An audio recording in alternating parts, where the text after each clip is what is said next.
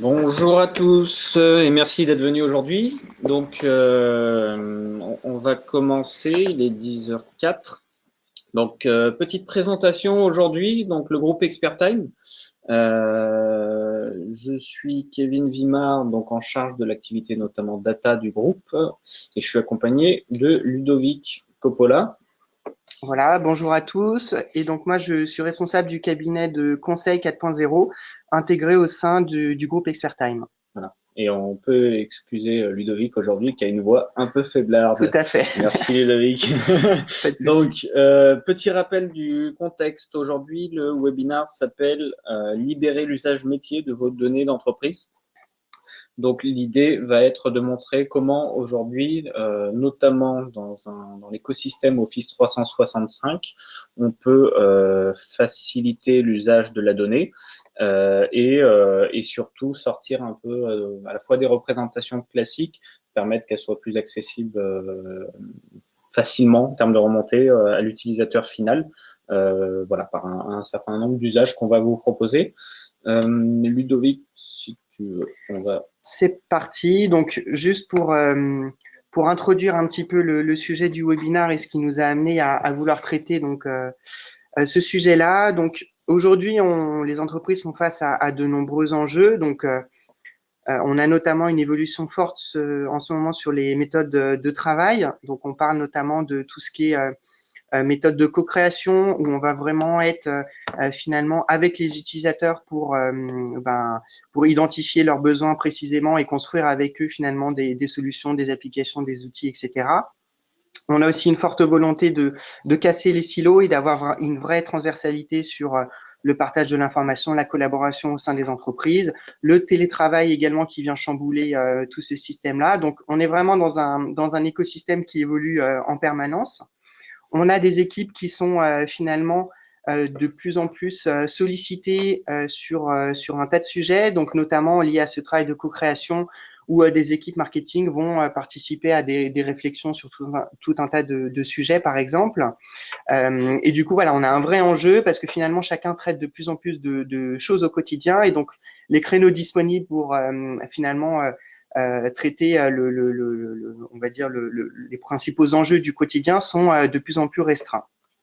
Ensuite, on a des écosystèmes qui sont souvent assez riches. Donc, par écosystème, on entend tout ce qui est application, l'environnement technologique au sein des entreprises, donc qui est souvent très riche et vraiment lié à plusieurs systèmes. Donc, par exemple, ça peut être des outils Microsoft, ça peut être des outils spécifiques pour des aspects RH, pour des aspects CRM, etc., etc. Donc, on a cet écosystème qui est très riche et qui n'est pas forcément simple à appréhender pour les utilisateurs parce qu'il faut en effet à chaque fois switcher d'application qui a sa propre ergonomie, sa propre philosophie pour aller trouver la bonne information.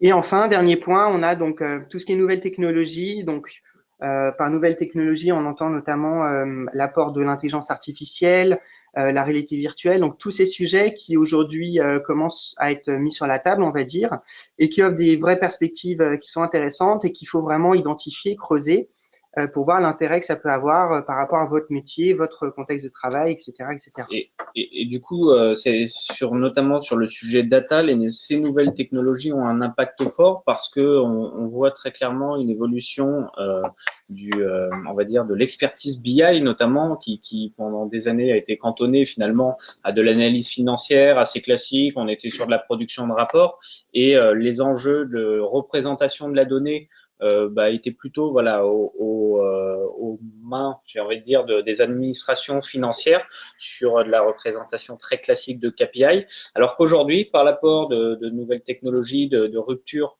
notamment on pense à l'intelligence artificielle, on va chercher à représenter d'autres types de données, on va aller chercher d'autres types de sources que des sources financières, on va le voir un peu les réseaux sociaux d'entreprise, et du coup à travailler d'autres types de représentations. Et moi qui vais être plutôt orienté demain utilisateur métier, je ne vais pas avoir la volonté d'aller spécifiquement sur un outil de data vis pour chercher l'information. Et du coup, un enjeu de plus en plus fort que l'on pressent aujourd'hui autour de nos demandes, enfin des demandes que l'on reçoit et de notre écosystème client, est de trouver le bon canal finalement, pour diffuser l'information parmi des usages quotidiens, pour que voilà, cette information que l'on souhaite communiquer remonte naturellement et ne soit pas une contrainte dans l'usage quotidien de l'utilisateur final. Oui, tout à fait. Et donc, par rapport à tous ces enjeux, l'idée, enfin, le sujet qu'on voulait vraiment traiter aujourd'hui, c'est voilà, qu'est-ce qu'on peut proposer pour vraiment faciliter le travail de nos collaborateurs au quotidien et fluidifier aussi, faciliter tout ce qui est échange d'informations, de retour d'expérience, bonnes pratiques, de chiffres, de KPI, etc., etc. Et donc, par rapport à ces enjeux-là, donc, ce qu'on va voir au cours du webinaire, et donc, pour vous rassurer, on n'a que 2 slides. Hein. Après, on passe vraiment sur une démo pour que ce soit beaucoup plus visuel et parlant. Donc, l'idée, c'est de voir déjà comment, dans un contexte Office 365, avec un portail unique, finalement, auquel tous les utilisateurs vont accéder au quotidien, ça va déjà permettre de, on va dire, fluidifier et faciliter l'accès à tout type d'informations. Donc là, pour les besoins du webinaire, on a construit un portail à l'aide de POEL 365, donc solution dont nous sommes l'éditeur, qui est une surcouche à Office 365.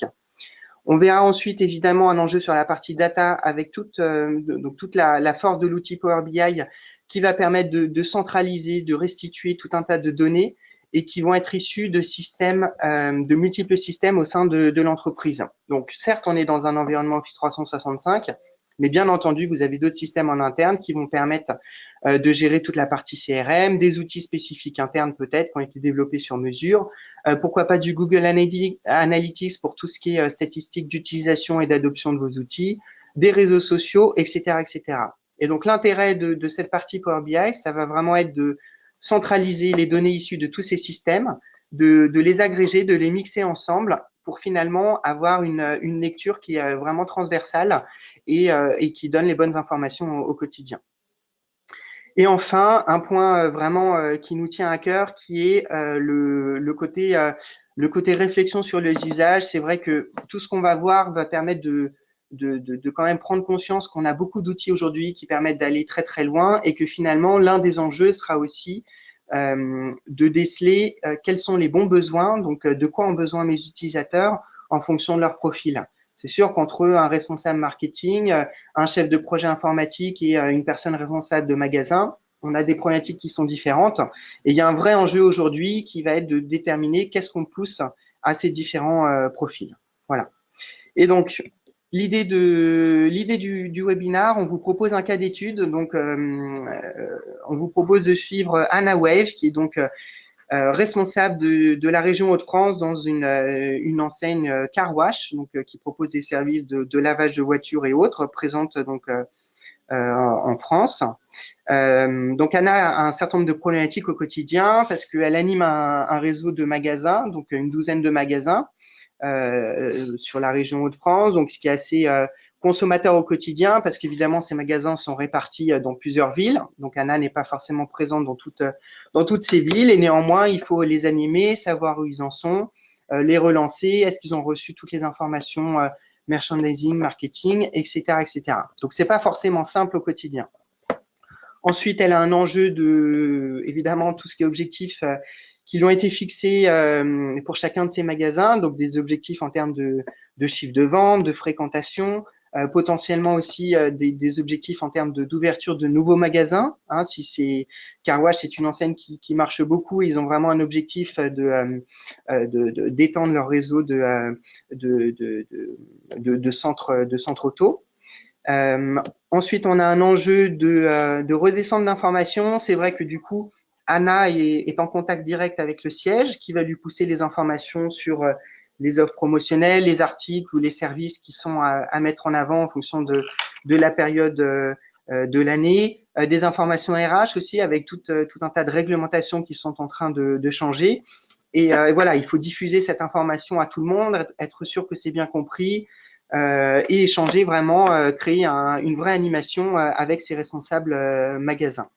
Et enfin, le dernier point qui est aussi important, c'est le côté partage d'expérience, parce que vraiment, le groupe souhaite créer du lien entre tous ces magasins, déjà au sein d'une région, et puis seconde étape, ça sera vraiment à l'échelle de la France, pour que vraiment l'expérience de chacun puisse être partagée et puisse être utilisé afin de voilà, faire mieux plus rapidement la prochaine fois. Et vraiment, avec ce travail de co-création où chacun va réfléchir, apporter un petit peu sa pierre à l'édifice, améliorer l'offre de service de Car Wash. Donc voilà ce qu'on va voir aujourd'hui. Je vous propose de passer directement sur la partie démo. Voilà, donc on est sur l'environnement de travail d'Anna. Donc quand Anna se connecte tous les matins, elle ouvre donc son ordinateur, son navigateur, et automatiquement arrive sur cette page, donc qui est la page d'accueil de son navigateur. Donc cette page, on l'a précisé, mais est hébergée sur Office 365, sur la partie SharePoint.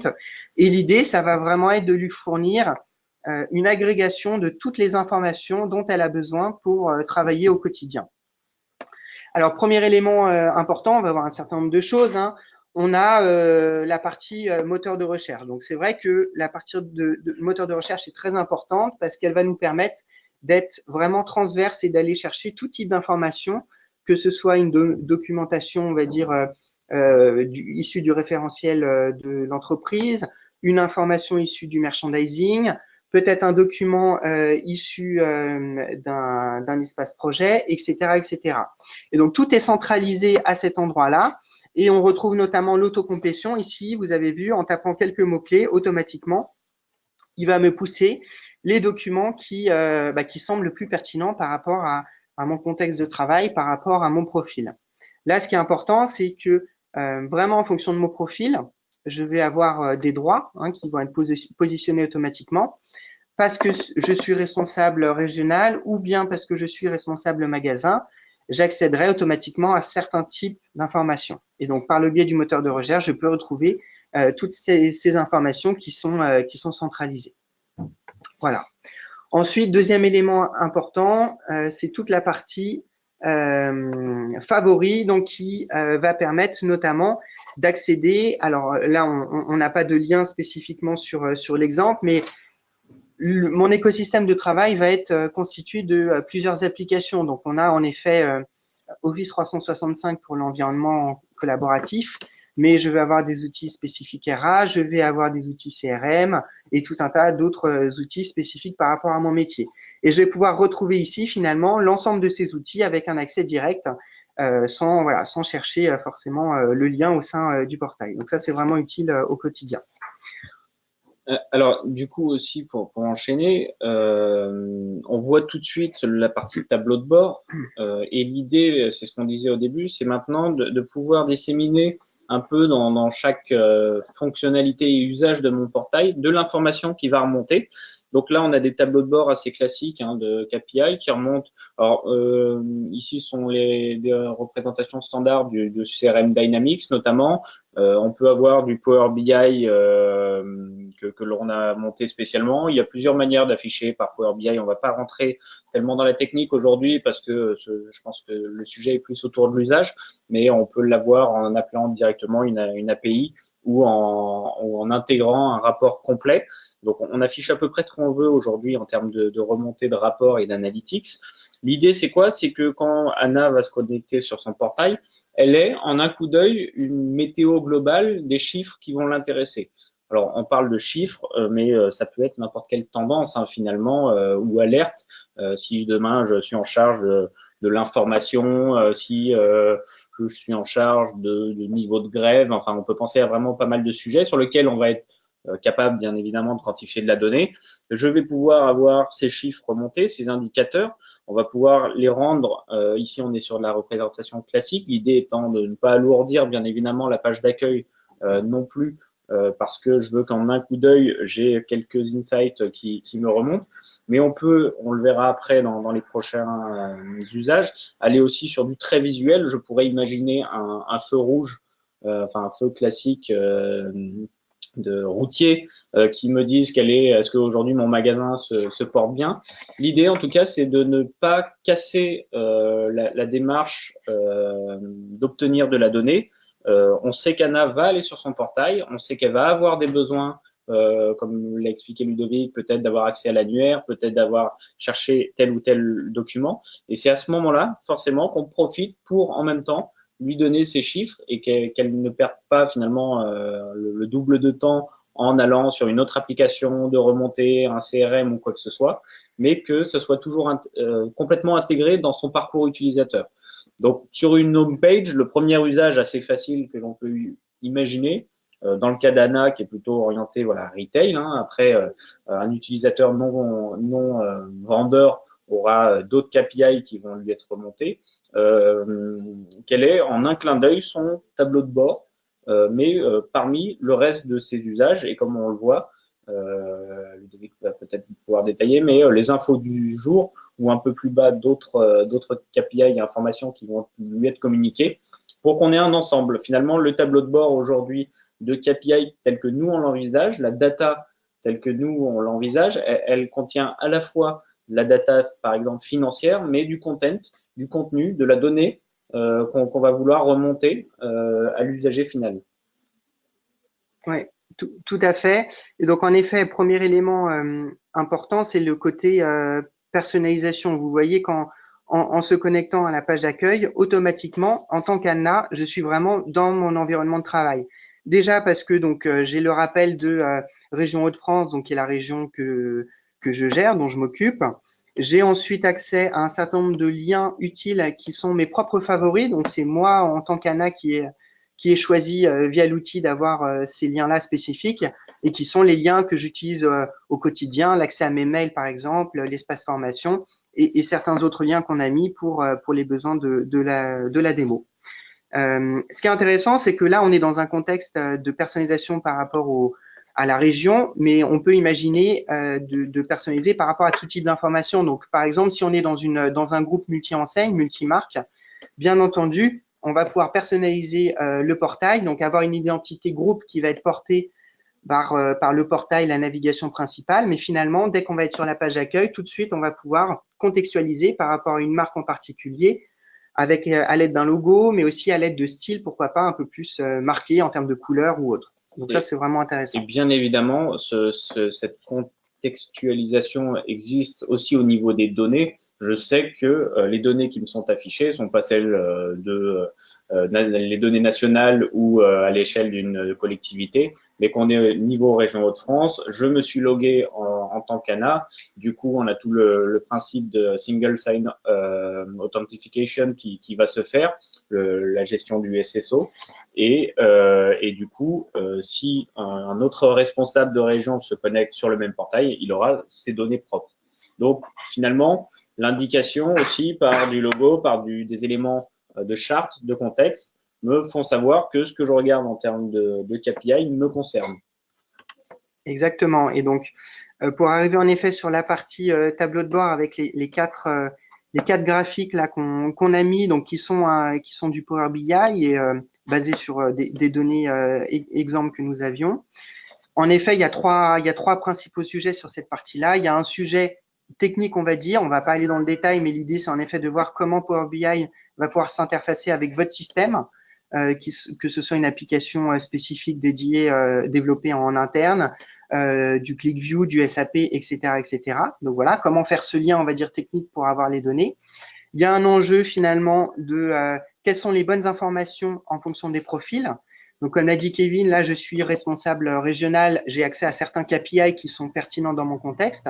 Bien entendu, si je suis responsable magasin, j'aurai d'autres indicateurs, peut-être à un niveau un peu plus bas et spécifique par rapport à mon centre auto. Voilà. Donc, vraiment, ça, c'est important de définir ces KPI en fonction des différents profils. Et il y a un troisième enjeu qui est finalement le côté donner envie, parce que c'est vrai que le portail, certes, si l'information est pertinente et utile pour les utilisateurs, ils vont se connecter, ils vont utiliser au quotidien et ils verront un intérêt. Mais si on arrive en plus à avoir ce côté un peu séduction et avoir quelque chose de visuel qui leur donne envie et dont ils soient un peu fiers hein, finalement au quotidien, c'est toujours ça de gagner. Et donc ça, c'est un troisième enjeu aujourd'hui où c'est vrai, grâce à des outils du type Power BI, on peut vraiment aller très très loin sur l'aspect graphique. Donc là, vous voyez déjà les graphiques sont assez classiques standards. On n'a pas fait de travail plus que ça d'un point de vue graphique. Mais on peut faire des choses assez sympas en utilisant tout type de graphes ou en mettant en avant des KPI de façon un petit peu plus visuelle, etc., etc. Voilà. Donc ça, ce sont vraiment des sujets à travailler en phase de conception. Et ce qui est intéressant en effet, donc au-delà de ces KPI, c'est finalement que Anna va pouvoir avoir une vue globale sur tout ce dont elle a besoin au quotidien. Alors, certes, la partie KPI, c'est le nerf de la guerre et c'est vraiment ce qu'elle va suivre au quotidien, se connecter plusieurs fois par jour pour suivre l'évolution des chiffres de vente, du taux de fréquentation, etc., etc. Mais néanmoins, c'est quand même important de savoir les infos du jour qui sont, on va dire, plutôt poussées par le siège. Donc, ça va être toutes les promotions qui vont être à mettre en avant par rapport aux différents clients, les informations merchandising, les nouveaux produits ou les nouveaux services qui vont arriver, à quelle date, etc., etc. Et donc ça, c'est vrai, plutôt que d'aller encore dans un autre système, j'ai une vue centralisée sur tout ce qui se passe et simplement en naviguant, je peux accéder à la bonne information. Et donc là, que je sois responsable régional, responsable magasin ou autre, je peux accéder à ce type d'information. Et enfin, la partie RH qui est aussi dans ce contexte retail est très importante pour Anna avec tout un tas de réglementations qui sont en train de changer, des process sur les formations, etc., etc. Et donc, j'ai accès directement aux informations poussées par mon service RH côté siège. Voilà, directement. Et la partie météo aussi en bas de page qui permet d'avoir la vue sur la prévision météo sur les 7 prochains jours et d'anticiper un petit peu si on risque d'avoir de la fréquentation ou pas par rapport aux objectifs qu'on s'était fixés. Donc voilà, là on est dans un cas très orienté retail, on sait que la météo a un impact, c'est pertinent de remonter cet indicateur. Maintenant, certains clients, utilisateurs vont vouloir avoir plutôt les derniers documents ajoutés dans mon intranet, on va pouvoir avoir les derniers messages Twitter qui ont été postés au sujet de mon magasin. Enfin, voilà, on peut imaginer pas mal de choses, hein. C'est vraiment une question de qu'est-ce qui est primordial pour moi, quelle info si je me connecte minimum une fois par jour, et bien sûr on l'espère plus parce que ça veut dire que l'usage qui aura été proposé correspondra aux besoins, il faut que j'ai bien défini quels sont les KPI que je souhaite avoir de manière régulière. Tout à fait. Et donc si on continue, on a vu en effet la page d'accueil d'Anna avec les principales informations. Après, bien entendu, il y a d'autres pages au sein du portail qui vont permettre d'aller un peu plus loin par rapport à des besoins spécifiques. Donc, par exemple, on va aller sur la partie magasin. Donc, Anna dispose d'un espace où elle peut échanger finalement avec ses différents responsables magasins. Donc, pour les animer, pour les inviter finalement à faire des retours d'expérience, communiquer avec eux, etc., etc. Et donc là, on retrouve sur cette page, donc sur la partie droite, le flux discutionnel qui me permet, donc voilà, les messages sont écrits en mon nom, Ludovic, mais imaginons que c'est Anna qui a écrit ces différents messages. Et donc là, je peux vraiment animer mon réseau directement et leur indiquer, par exemple, vous devriez recevoir les informations sur les nouveaux services d'ici demain, etc., etc. Et surtout, si vous n'avez pas l'information, n'hésitez pas à revenir vers nous parce que parfois on sait que l'information peut se perdre, etc., etc. Voilà, donc ça c'est vraiment assez facile d'utilisation et typiquement là l'idée c'est la brique Yammer d'Office 365 qui est utilisée, donc la brique on va dire la brique sociale et qui va permettre à chacun de réagir, de communiquer au sein d'un réseau spécifique. Donc là c'est mon réseau à l'échelle régionale de mes magasins par exemple.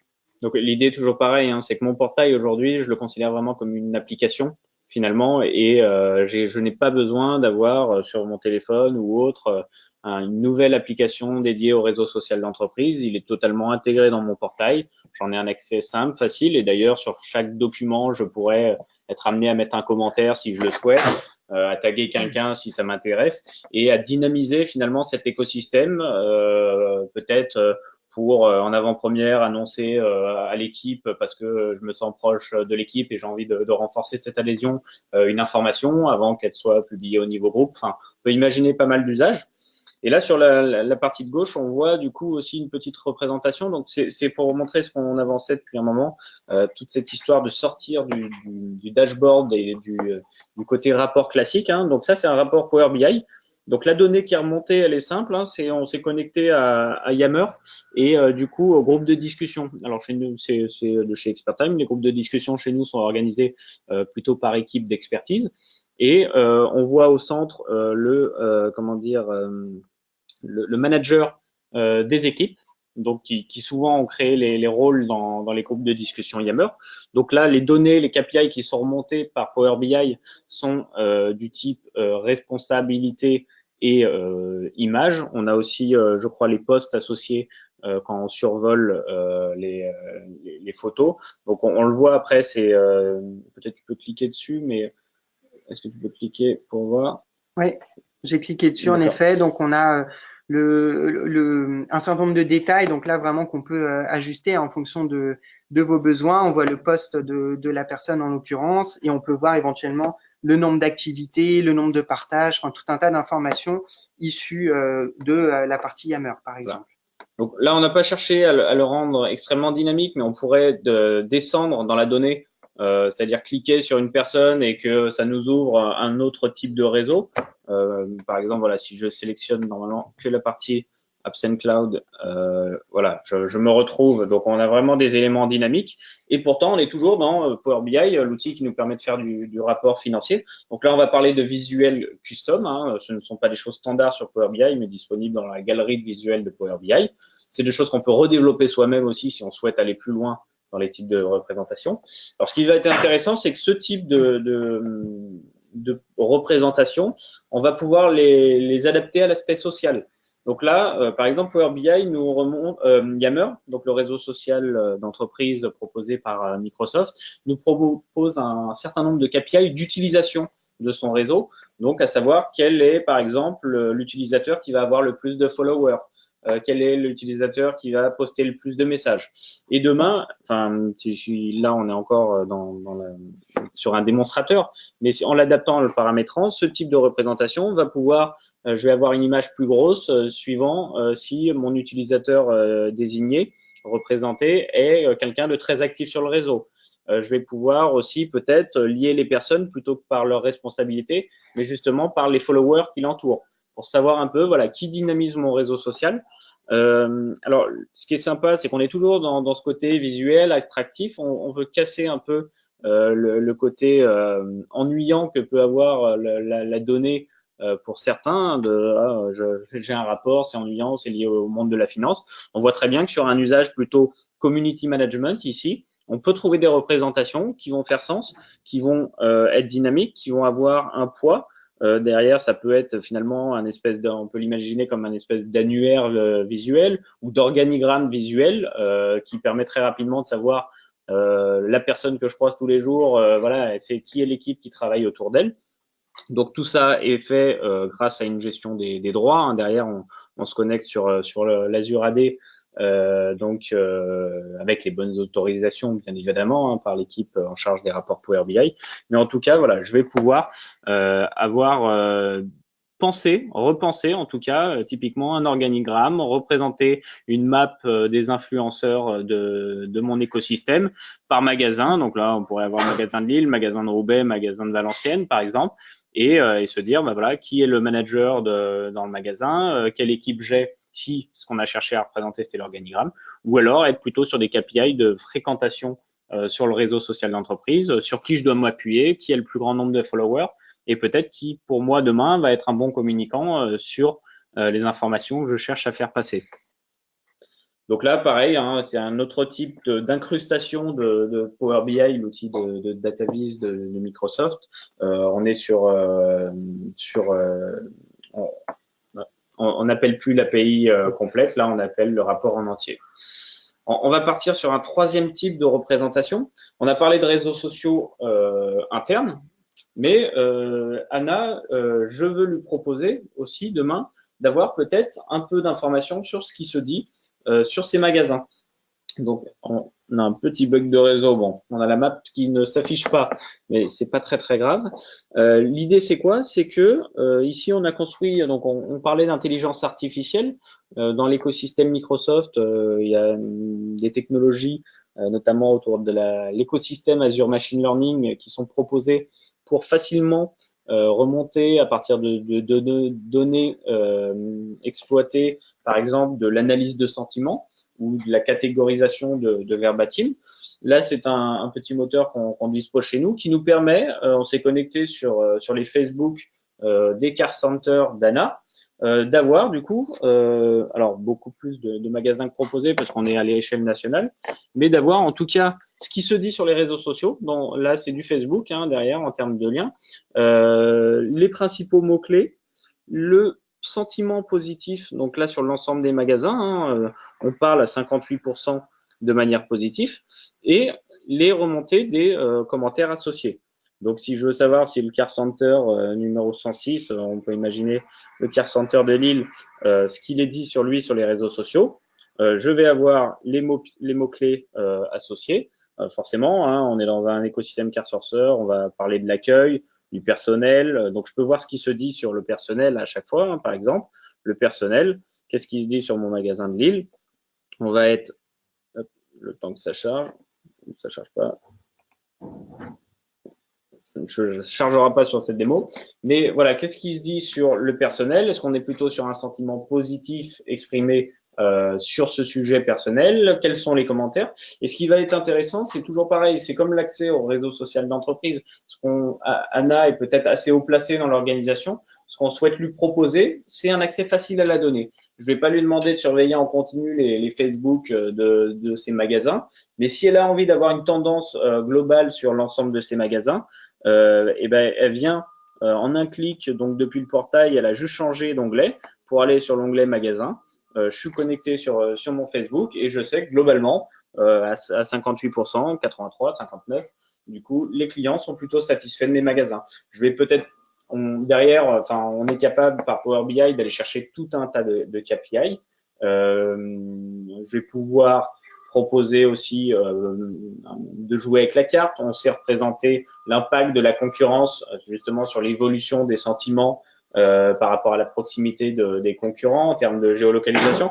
On va pouvoir facilement, je ne demande pas de compétences spécifiques à Anna, j'ai juste apporté les bons KPI pour qu'elle ait son petit tableau de bord externe. Voilà, on va plus chercher juste la donnée interne de l'entreprise. Encore une fois, on n'est plus dans la simple représentation financière, mais là, on va sur un nouveau type de données. On parle plus de KPI, de chiffre d'affaires ou autre. On parle de sentiments, on parle de commentaires, on parle de réseaux sociaux, on parle d'expression libre parce que ce sont des endroits, les réseaux sociaux, où les gens viennent un peu critiquer, viennent un peu donner leur avis et se pensent protégés, donc un peu plus s'expriment plus naturellement. Et moi, j'ai envie qu'Anna ait un peu cet accès direct à sa clientèle finalement et vraiment le sentiment d'avoir un œil sur ce qui se passe sur le terrain en dehors de ce que les équipes lui remontent. Et ça, en l'incluant dans son portail, qui va aussi, encore une fois, je le rappelle, avoir un usage classique de l'intranet. Je vais aller chercher mes documents, etc. Peut-être qu'en un coup d'œil, j'ai permis à Anna de s'inspirer de tendances ou d'une vision qu'elle n'avait pas de ce qui se passe sur le terrain. Donc, bien évidemment, on est là, il y a en termes de réalisation de dashboard, il y a un peu de travail derrière par les équipes techniques, parce qu'on parle d'algorithmes et de stockage de commentaires clients. Mais aujourd'hui, facilité par un écosystème où l'intelligence artificielle par des services préconstruits est plus facile à mettre en place, ou un Power BI, on n'a aucun problème à l'intégrer dans une coquille qui va être mon intranet. Finalement, cette information que je n'avais pas du tout à la base, ou alors qui était réservée à certaines équipes un peu pointues de data scientists dans l'entreprise et communiquées au bon vouloir, aujourd'hui, à Anna, elles lui sont accessibles. Exactement. Et ce qui est intéressant, c'est que vraiment là, on est sur un cas d'usage spécifique d'Anna qui est responsable régional, mais on peut l'appliquer vraiment à tout type de besoin. Donc, par exemple, ça peut s'appliquer service informatique d'un grand groupe où vous avez besoin de suivre l'ensemble des projets avec est-ce qu'il y a eu un dépassement en termes de budget, en termes de planning, et avoir des tableaux de bord qui permettent d'avoir la vue centralisée, agrégée, etc. Donc c'est vraiment très intéressant. Et justement pour aller un peu plus loin, donc on sort complètement du contexte d'Anna responsable régional, mais vraiment pour vous montrer qu'on peut aller très très loin sur cette partie-là. Alors je recharge la page, je pense que j'ai perdu le réseau. L'idée là, c'est de dire finalement que on va vouloir suivre l'adoption de mon écosystème collaboratif, donc en l'occurrence Office 365. Ça peut être d'autres outils évidemment, ça peut être plus large. Et l'idée, c'est de voir finalement depuis que j'ai lancé donc cet écosystème, comment se passe l'adoption. Est-ce que les gens ont tendance à utiliser les nouveaux outils? Quels sont les outils les plus utilisés? Quels sont ceux pour lesquels on a un petit peu de mal? Et ce qui va permettre tout de suite d'identifier finalement des axes de travail, des axes d'amélioration en termes de communication, de pédagogie, etc., etc. Donc là, on se positionne plutôt en tant que webmaster, on va dire, du portail. Hein. Et donc, on peut imaginer retrouver un certain nombre d'informations qui sont donc fournies directement par la plateforme Office 365, parce qu'on a quand même beaucoup de reporting KPI disponibles. Et là, on a fait une mise en forme finalement grâce à la partie Power BI. Donc, notamment, ce qui est intéressant, c'est qu'on va pouvoir voir typiquement, voilà, par rapport à tout mon écosystème Office 365, quels sont les outils les plus utilisés. Donc, voilà, entre Exchange, la partie OneDrive, SharePoint, Teams, etc., etc. Donc ça permet vraiment de voir l'évolution des outils les uns par rapport aux autres. Typiquement, peut-être un Teams qui va prendre de l'ampleur, un Yammer qui va prendre de l'ampleur et une partie Exchange qui va diminuer un petit peu, par exemple. Donc ça, c'est vraiment intéressant pour suivre par rapport à sa stratégie digitale. Ensuite, on peut avoir des informations du type, en effet, le nombre d'utilisateurs qui se reconnectent systématiquement d'un mois sur l'autre. Donc là, 96%, globalement, on est plutôt bien. Ça veut dire que les outils qu'on propose sont vraiment utiles et obligatoires au quotidien pour les utilisateurs. On peut avoir une vue finalement par département, donc par métier, quels sont les services les plus consommateurs, ce qui va permettre éventuellement d'aller voir en effet peut-être déceler la notion d'ambassadeurs qui vont permettre d'embarquer aussi les autres directions, peut-être de tester certains sujets un peu plus d'innovation avec ces services-là. Donc ça, c'est vraiment assez intéressant. Et au contraire, déceler ceux qui sont entre guillemets à la traîne, hein, c'est pas péjoratif, mais ceux qu'il va falloir accompagner un petit peu ou pour lequel on a peut-être une organisation qui n'est pas la plus efficace possible d'un point de vue adoption. Voilà, donc on a tout un tas d'informations qu'on peut suivre, la partie OneDrive, les devices qui sont utilisés, les navigateurs, etc., etc. Donc là, ce qui est intéressant, c'est qu'on va pouvoir coupler finalement toute cette utilisation de l'écosystème Office 365 et on va pouvoir coupler ça également avec finalement l'utilisation de notre portail un peu plus intranet de communication où on partage de l'information. Et ce qui va être intéressant aussi, c'est ce que disait Ludovic, c'est que a priori, on est plus dans des données type IT à la base, hein, ce type d'information, d'utilisation des outils. Mais aujourd'hui, finalement, Anna, qui a peut-être œuvré pour qu'on ait enfin une suite Office dans les magasins, au niveau du département, elle va être contente facilement de constater que j'ai un usage et que l'investissement que j'ai demandé à ma direction, c'est encore une fois, ce sont des données standards proposées notamment par NSGraph, par Microsoft d'utilisation, facilement accessible. On a les mêmes choses avec aussi des données de Google Analytics si je voulais avoir les données d'utilisation de mon site web. Et Anna, elle a peut-être intérêt aujourd'hui dans un peu tout ce qu'elle essaye de monter d'un point de vue stratégie au niveau de son département, de ses magasins, de pouvoir prouver, justifier que aujourd'hui, tous ces magasins, donc là représentés par les carrés de différentes couleurs, utilisent plutôt bien la suite qui a été mise en place. Ça veut dire que les usages qu'elle a proposés et ce qu'elle avait vu en termes d'usage important pour l'efficacité de ces magasins est plutôt du coup juste.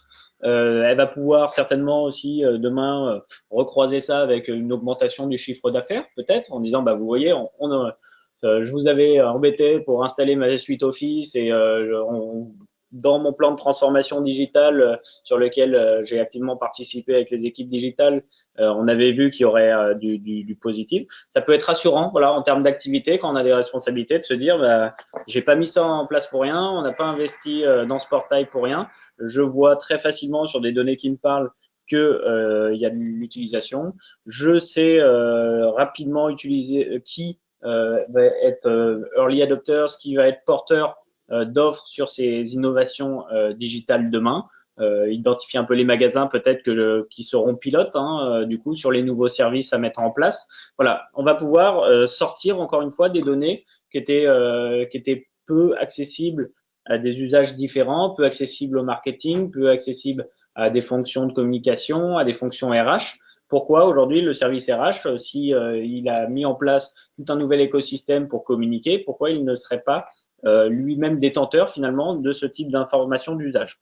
Donc ce qu'on peut voir, c'est que aujourd'hui on a vu plusieurs types de représentation de données, plusieurs du standard à la fois dans le côté graphique, interface, du custom comme on l'a vu avec le réseau, les photos, où là il y a un peu plus de travail de mise en place, mais qui peut finalement apporter une vraie nouveauté et un côté un peu innovant, un peu sympa. On va avoir de l'information interne qui me concerne moi, qui concerne le groupe. Encore une fois, l'information elle est aussi dans le contenu, donc la direction va pousser ce qu'il a envie que l'utilisateur. Tout ça dans un seul écosystème. J'ai pas besoin d'aller sur 3 plateformes différentes pour avoir une information. Je me connecte tous les jours sur mon portail et j'ai à la fois ce qui m'intéresse de financier, ce qui m'intéresse de communication, les nouveautés, peut-être les nouveaux arrivants, les nouveaux utilisateurs, mais aussi voilà sur de l'usage digital. Et on est persuadé que l'adhésion est dans son ensemble. Elle est à la fois sur le côté sympathique du portail, sur le côté bien pensé en termes de conception, parce que voilà, j'ai pas d'infos inutiles. J'y vais parce que je sais que tout va m'intéresser, et aussi parce que l'info, elle peut être externe par les réseaux sociaux d'entreprise, elle peut être interne sur de l'usage. Je vais tout avoir dans une place. Donc, on se cantonne pas à un type de données aujourd'hui. On propose un seul canal, un seul vecteur finalement de l'information et de la donnée. Et tout ça qui fonctionne plutôt très bien comme on le voit grâce à l'écosystème Office, avec une intégration de son réseau social d'entreprise Yammer qu'on peut faire vraiment pratiquement à tous les niveaux, sur l'usage pur réseau social, sur l'usage commenté des documents. Et demain, encore une fois, Yammer, on peut remonter à peu près toutes les utilisations via Power BI. Quels sont les documents les plus commentés, quels sont peut-être les articles les plus commentés, savoir un peu voilà qu'est-ce qui a animé finalement mes utilisateurs, derrière repenser à certaines créations de services, et disponible aujourd'hui à tous les niveaux finalement, que l'on soit néophyte sur l'usage digital ou plutôt justement bien informé au niveau des équipes IT. Parfait. Merci beaucoup, Kevin. J'espère que ce sujet vous a intéressé. On est disponible, donc si vous avez des questions, n'hésitez pas. Vous avez avec l'outil, vous pouvez poser des questions et on y répondra avec plaisir. Alors, on va peut-être vous laisser une petite minute pour voir s'il y a des questions. Alors, il y a une première question, oui, qui est très pertinente, en effet, sur le côté device. C'est-à-dire que là, en effet, on a fait la démo sur un ordinateur, un PC fixe ou portable, mais finalement, dans le cas d'Anna, elle sera beaucoup sur son téléphone ou pourquoi pas sur tablette. Donc, en effet, tout ce qu'on a vu, la question derrière, c'est est-ce que l'ensemble des informations qu'on a vues sont disponibles sur tablette ou téléphone? Donc, c'est bien le cas, en effet. Toute la partie Power BI ou le portail là qu'on a montré, son responsive design est donc accessible directement. Et donc, on imagine que, en effet, Anna sera probablement beaucoup plus sur son smartphone à suivre ses chiffres et donc aura un affichage qui sera adapté, en effet. Alors, peut-être, oui, une autre question. Du coup, oui, alors si ça n'a pas été clair, peut-être Powell, la solution, la coquille, enfin, qui était aujourd'hui notre support de présentation, est là vraiment justement pour agréger l'ensemble des features proposées par Microsoft. Donc aujourd'hui, si vous avez Office 365 que vous devez tous connaître, on a un affichage où pour aller de Yammer à SharePoint à ma suite Outlook, je vais passer par une mosaïque, comme quand lorsqu'on est sur Outlook et en haut à gauche, je vais aller chercher ma mosaïque pour changer de service. Alors que là, ce que permet aujourd'hui Powell, c'est justement de builder, de construire une seule workplace, un seul endroit où je vais pouvoir facilement, parce qu'on voilà, on n'est pas rentré dans la partie usage de Powell, mais agréger l'ensemble des services et en une seule place. En fait, c'est faciliter, là, encore une fois, l'adoption des différents usages promis et proposés par Microsoft.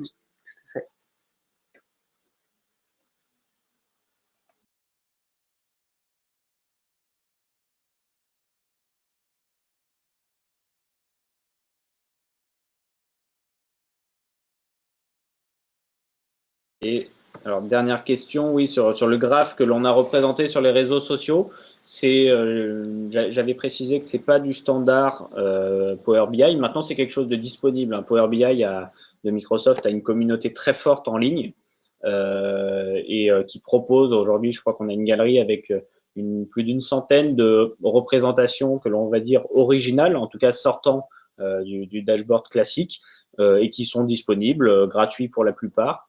Donc qui ne demandent pas de compétences supplémentaires pour les intégrer. On les télécharge et on les intègre. Ça permet de maintenir le côté self-BI proposé par Power BI. C'est l'une de ses forces et voilà, c'est d'avoir, donc c'est ce qu'on a fait, hein, on s'est rendu sur la galerie, téléchargé le visual custom et adapté à nos besoins. Donc encore une fois, on n'est pas obligé d'être super pointu aujourd'hui sur Power BI pour aller chercher des représentations qui vont avoir ce petit effet waouh et qui vont pouvoir ouvrir un peu les perspectives d'usage.